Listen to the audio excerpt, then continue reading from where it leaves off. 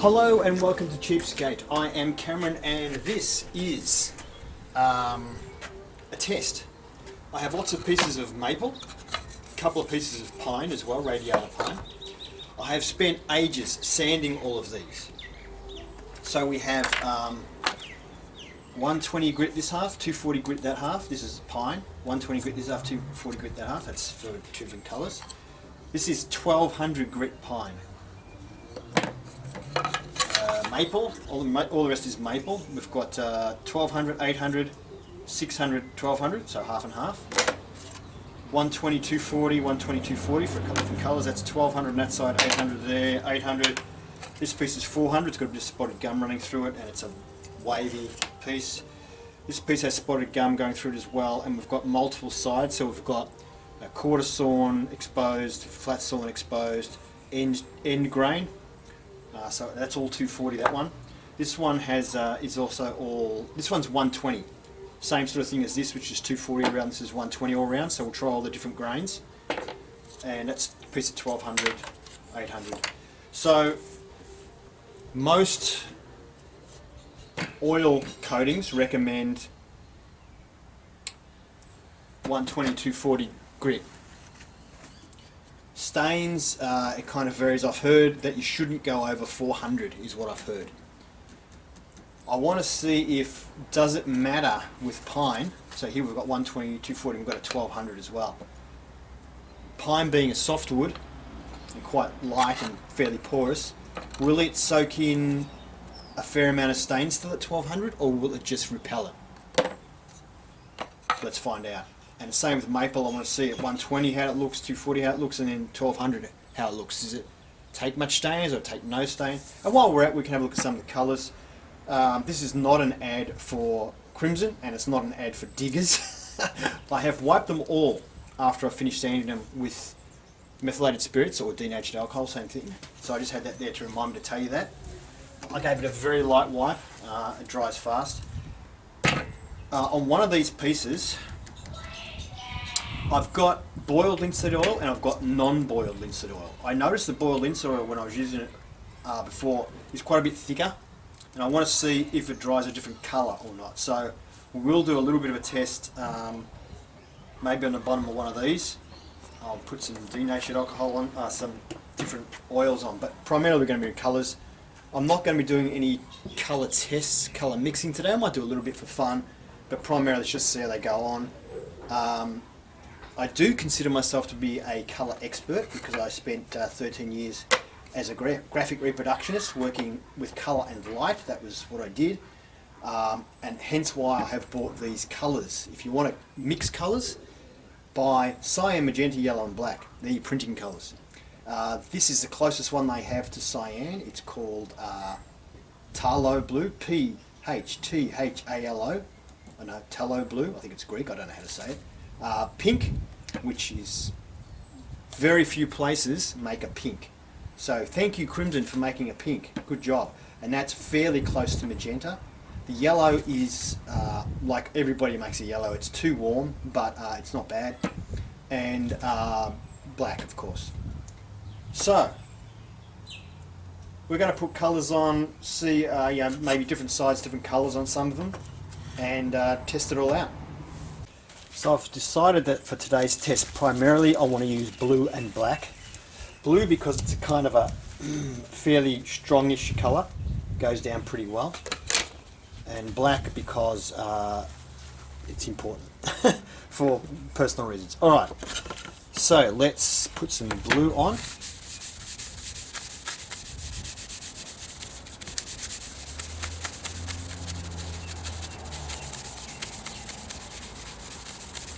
So we've got 240 and 120 grit. Should we go all the way down to the bottom? I guess we might as well. Now, I'll cover up the writing because I think we'll still be able to read it, the pencil, when it dries. Okay, let's see. 1200 grit. Oh yeah, it's having trouble going on. Yeah, look at that. Make sure we get plenty on there so you can't accuse me of not putting any on it. Just wiping off the excess here. Giving it a pretty good go. So that's 1200. We'll see how it dries. And that was the 800. Sorry, I realised it might have been off camera there. The 800. Do that there. What I might do is pan back a little bit. Can I pan back? I might have to move the camera back a bit. I'll give it a go.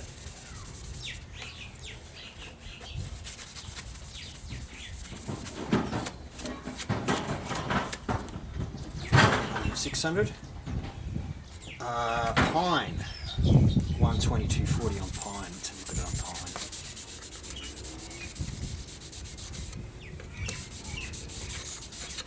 I'm going to leave the top bit where the writing is clear because I'm just a bit worried I'm not going to be able to read it. Gee, it looks nice on Pine, this blue. Wow. I did my prototype guitar test build on with a fair bit of the blue. I made it out of Pine as a test guitar. I'm building the actual one now, but yeah, I used this blue. Looks great on Pine. It just looks fantastic. So, is Pine, because it's a softwood, does it take the 1200 still? I mean, does it still take stain at 1200? Looks like it does. That's interesting, isn't it? Yeah, well that's a 1200. Didn't take it very nicely. I don't know if I wrecked up my sanding there. Okay, that's a bit weird. But anyway, it's done it on there too. Oh, I think I know what that is. Okay. Now, I did want to do this one all around with blue because on my current build, this is a piece I cut off the back of the neck. And I've got spotted gum. I'm in Australia, so Australian spotted gum in between maple as my laminate through neck, and I just want to see how the blue reacts on the spotted gum.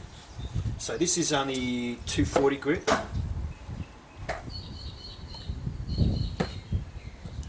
This is end grain, quarter sawn. You do it this way.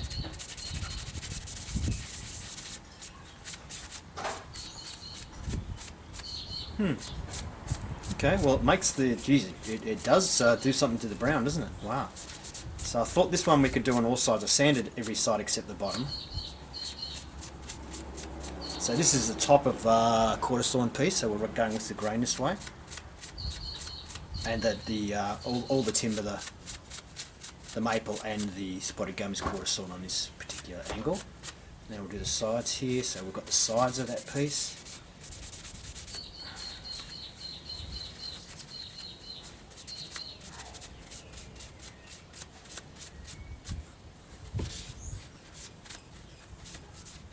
Can kind of get your hands on it because it dries so quickly with stuff.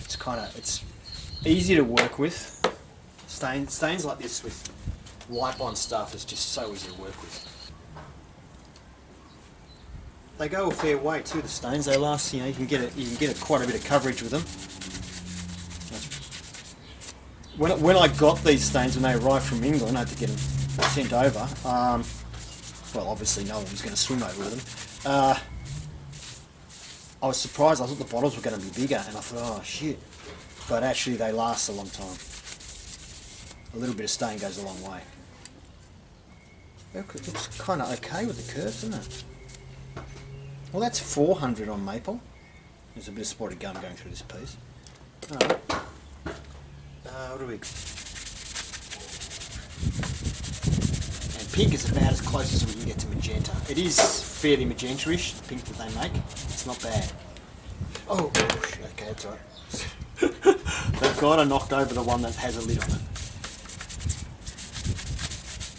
Gee, even the black looks great on Pine. I just love the way it works on Pine, because the thing with Pine is there's so much variation in density. It looks awesome. Okay, now onto the maple. Let's see how you look with the stain on.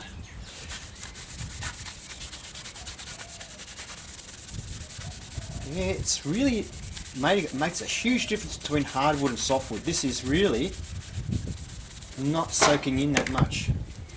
Oh, it's a bit better on that angle. Looks a bit better on that angle. We'll give it another go, see if we can get more into it.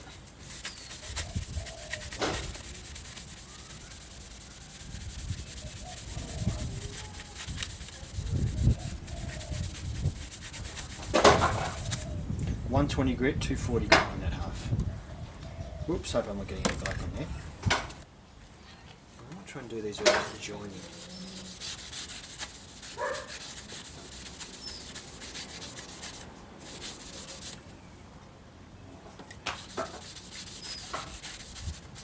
Okay, that'll do that one. Chuck that bit of paper away. I will dunk that paper in water, never fear. Oop. Shit, getting that everywhere. Okay, so this half. So I'm just leaving a bit right, a gap in the middle where they're not actually touching each other. Probably, hopefully you can see there's a little gap in the middle between the two of them there. And let's have a look at the pine first, in case people are interested. So this is this is me dropping a piece. This is Radiata pine. This side is a 120 grit, been sanded. This side's been sanded with 240 grit. I quite like it. I think it looks great, the black on this, but anyway, as far as the difference, it does look a little lighter on the 240. Not sure if that could be just natural variation. We've got the blue here though on the other side, and once again we've got 120 on the left, 240 on the right. I did it so that the 120 is always on the left. Just sorry, I just realised I might not have been in the centre of the camera shot before. As you can see, I like this blue. It gives a bit of a shine in some lights. It does come out quite shiny. If you put a glossy coat on it, it looks really nice. Once again, I love the way the grain of the pine is coming through. Works great on the softwood, as we can see, and yeah, I think it is. It does look a little heavier, the colour on the 120 side. Don't know if you're getting that vibe or not when you're looking at it.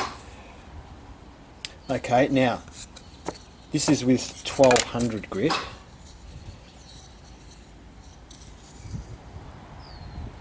And it actually is not that different, really. So from what I can see, pine, it doesn't make that much difference how much you sand it. I mean, it does look a bit crummy down here. I don't know what happened there. Why? It could be because it's of the high grit, that it's not the actual natural grains being inhibited or blocked, and it's not actually soaking into it the same way. I'm not sure. But it doesn't, the colour is still almost as strong. So it looks like you can sand pine up to a fairly high degree. It doesn't really matter because it's soft, which is what I wanted to see, if that was a thing or not. Alright, so this, for reference, is a piece of maple. 120 grit on the left of your screen, 240 grit on the right. Certainly, this is lighter than this. There's a dark bit in the middle there. Say this bit here looks fairly similar to over there though, so it could be natural variation of timber, because I did sort of get this whole half here. So this bit here that looks darker is actually probably 240 grit. Might be a bit of crossover in the middle, but I don't think there's that much difference. There is a bit of difference. It's definitely a little bit lighter though on the 240. What about if it's blue? Once again, the 120 is on the left of screen. A bit more of an intricate pattern on this side, so it's a bit different looking. But as far as the strength of colour goes, well, this is similar to this. There is a bit of a stronger bit of colour going through here, but it extends over to here as well. Yeah, look, there might be a bit of difference. It looks fairly similar to me. Alright, now let's have a look at a piece at 800 grit.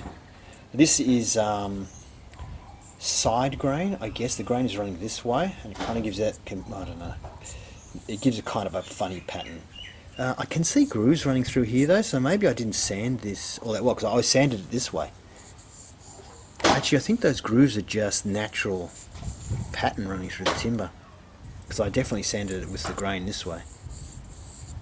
Anyway, sorry, there we go. So that's 800. Now, just for reference, That's the 120-240.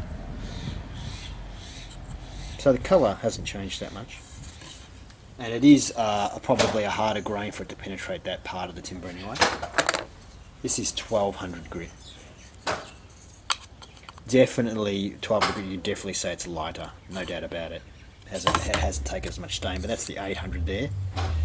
So it looks like once you go past 800, you're kind of pushing it. This is 120, which is, where are we? Same as that. It doesn't look as dark though, but funny when you get the corners it does. I suppose that looks similar-ish. End grain.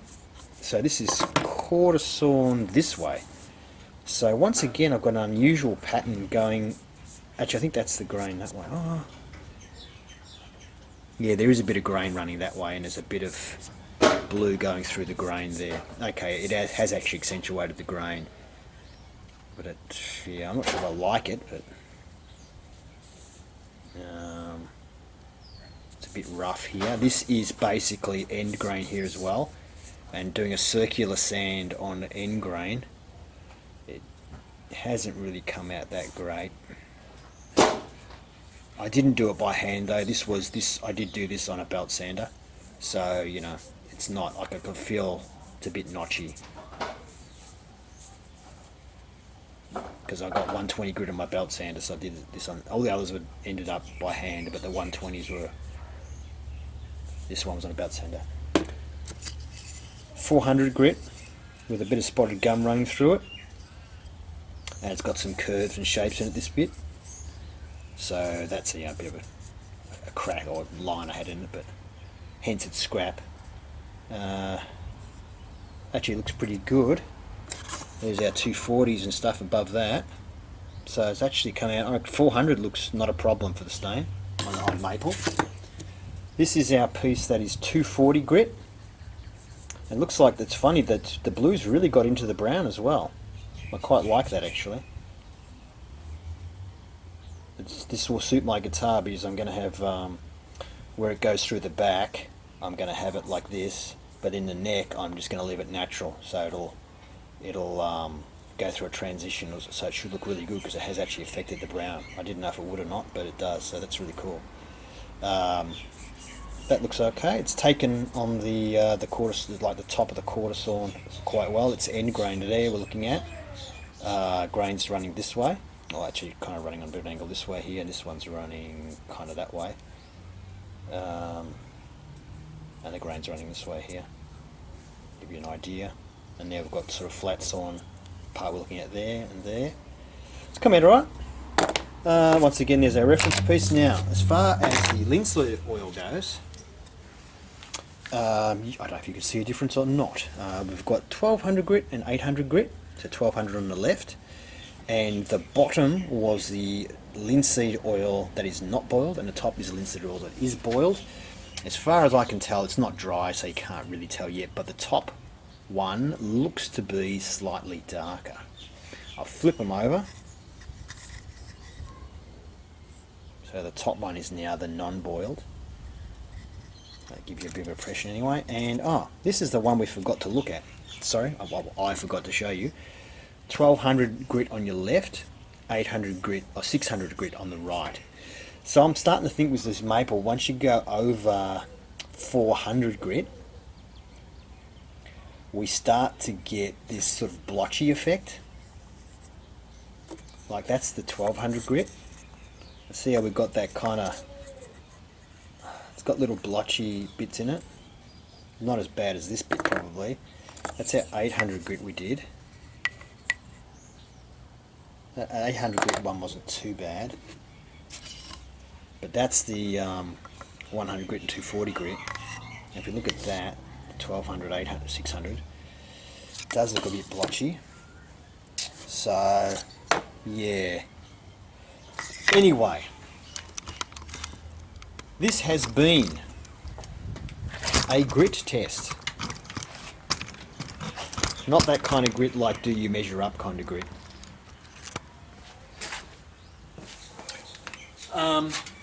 Anyway, I hope you liked our little colour test video, well, our grain test, I guess it was really, and timber test. If you liked it, please give it a thumbs up and consider subscribing if you're interested in guitar building, guitar making, or making tools to make guitars with, and just other little side projects as well, and music also. I will also be doing a future video with those crimson stains on how to mix those 4 colours to basically make any colour you want. I hope that helps you, and see you next time maybe.